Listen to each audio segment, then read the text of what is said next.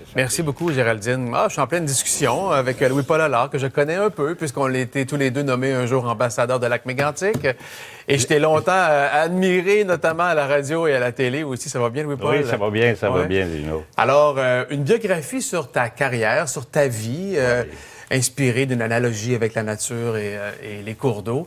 T'as accepté à quelle raison? Pourquoi tu voulais qu'on raconte tout ce que tu as fait? Bien, alors, je suis rendu, là, et les projets d'avenir, il y en a moins. Hein? Ouais. Il en reste quelques-uns, mais c'est pas moi qui les ai en main, c'est le cimetière. Puis...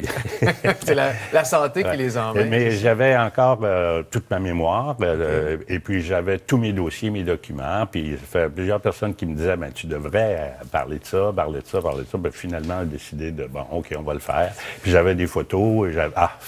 Alors, j'avais tout ce qu'il des fallait. archives personnelles et surtout incroyable. des souvenirs bien clairs dans ta mémoire. Oui.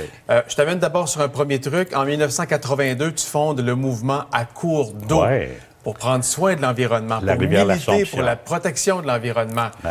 C'est la COP 27 ces jours-ci. Oh oui. Puis à l'ONU, on dit, là, vous coopérez, sinon c'est un suicide collectif. Alors, quel est ton regard sur les prises de décision qui ne se prennent pas maintenant? Bien, les prises de décision, pas seulement qui ne se prennent pas maintenant, qui ne se sont jamais vraiment prises.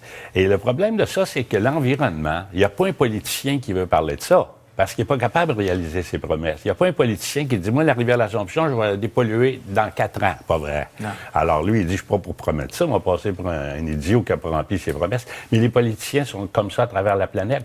Le défi est trop grand pour qu'un politicien s'engage. Et un parti politique totalitaire, mettons, comme la Russie, pourrait le faire, mais il est occupé à d'autres choses. Oui, alors, c'est comme ça que l'environnement avance pas. Et c'est un sport de riches, l'environnement. Puis la planète est pauvre. Il y a beaucoup de riches, mais les pays sont pauvres en général, et c'est pas leur préoccupation. Et pourquoi qu'en 82, tu avais déjà cette préoccupation-là, toi? Bien, je l'avais parce que... je viens de la belle région de Lac-Mégantic comme toi, et puis quand on a vécu dans un endroit comme ça, quand on arrive dans un endroit où on se fait dire que la pire rivière du Québec est dans ta cour, la rivière l'Assomption, là, je savais pas ça. Ça éveille. Là, ça m'a réveillé, puis j'ai commencé à travailler sur la rivière l'Assomption. Bon, évidemment, tu as eu une carrière à la radio extraordinaire, à la télé extraordinaire. Tu es un avocat, ce qui nous a permis, nous, de découvrir la minute juridique. As-tu une minute? Je pense que ça s'appelait comme ça à l'époque. Tu as fait des centaines de capsules là-dessus pour nous informer de nos droits en tant que citoyens. Ça, c'était à l'époque où, je dis ça à tout le monde, c'était facile de faire de l'information. Il y avait la radio, la télé, puis les journaux. Il n'y avait pas d'autre chose. Aujourd'hui, faire de l'information, tu as besoin de te prendre de bonheur pour rejoindre tout le monde. Alors ça, c'était facile. Je veux dire, il fallait le faire, évidemment, mais c'était une époque facile pour faire de l'information. Je le dis, ça. Parce que c'était nouveau. Parler du droit, parler de faire la minute juridique. Moi, je vais vous dire, je me suis battu avec le barreau de l'époque. Ils ont dit, hey, c'est pas du savon, ça. Non, c'est pas ça d'une minute. Ben, j'ai dit, si on a fait 50 droits, on n'est pas capable d'expliquer en une minute des choses de droit, on a perdu notre temps.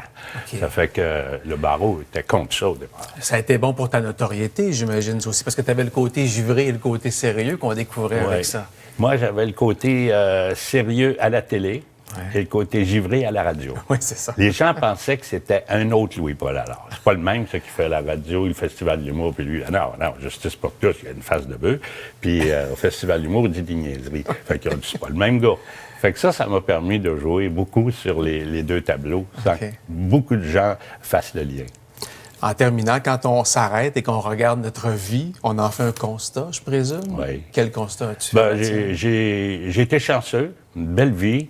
J'ai fait des choses qui m'ont plu et puis qui ont été utiles aussi à la société. À la radio, j'ai fait de l'humour, mais à la télé, j'ai fait du sérieux. Et puis, dans mes mouvements, j'ai fait du sérieux. Alors, j'ai combiné les deux masques du théâtre, le rire et les larmes, puis j'ai eu beaucoup de plaisir à faire ça. Et en venant ici ce matin, ça me rappelait des souvenirs dans mon alma mater télévisuel. Oui, quand je suis arrivé à Montréal, c'était ici au Canal 10. Au Canal 10, avant d'être Télémétropole. Télémétropole. Ah oui, c'était des souvenirs. Je suis content de te voir. Moi aussi. Prends soin de ta santé. Et puis, je te remets mon livre. À la page 145, tu es photographié, d'ailleurs. Quand tu étais jeune. Oui, les ambassadeurs. Alors, ça s'appelle Louis-Paul Allard, un homme d'exception. Alors, je regarde ça avec grand plaisir. Merci. Merci beaucoup de l'invitation. Merci pour tout ce que tu as rapporté aussi aux citoyens. Merci.